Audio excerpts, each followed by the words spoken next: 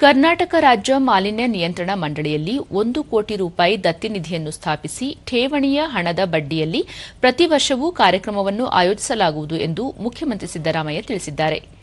ಇದೇ ವೇಳೆ ಕನಿಷ್ಠ 5 ಪರಿಸರವಾದಿಗಳಿಗೆ ತಿಮ್ಮಕ್ಕನವರ ಹೆಸರಿನಲ್ಲಿ ಪ್ರತಿ ವರ್ಷ ಪ್ರಶಸ್ತಿಯನ್ನು ಕೊಡಲಾಗುವುದು ಎಂದು ಪ್ರಕಟಿಸಿದ್ದಾರೆ.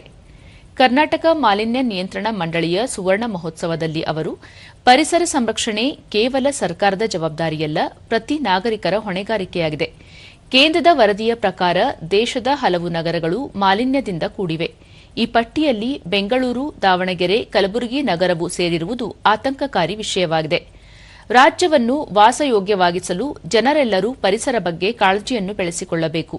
ಸರ್ಕಾರದ ಜೊತೆಗೆ ಜನತೆ ಕೈಜೋಡಿಸಿದಾಗ ಮಾತ್ರ 2030ರ ಹೊತ್ತಿಗೆ ಬೆಂಗಳೂರನ್ನು ಪ್ಲಾಸ್ಟಿಕ್ ಮುಕ್ತ ನಗರವಾಗಿಸಲು ಸಾಧ್ಯ ಎಂದು ಹೇಳಿದರು. ಬೆಂಗಳೂರು ನಗರ ಒಂದರಲ್ಲೇ 900 ಟನ್ ಪ್ಲಾಸ್ಟಿಕ್ ಉತ್ಪಾದನೆಯಾಗುತ್ತದೆ. ಇದನ್ನು ಜನರು ಅರ್ಥ ಮಾಡಿಕೊಳ್ಳದಿದ್ದರೆ ಪ್ಲಾಸ್ಟಿಕ್ ಮುಕ್ತ ನಗರವಾಗಿಸಲು ಸಾಧ್ಯವಿಲ್ಲ.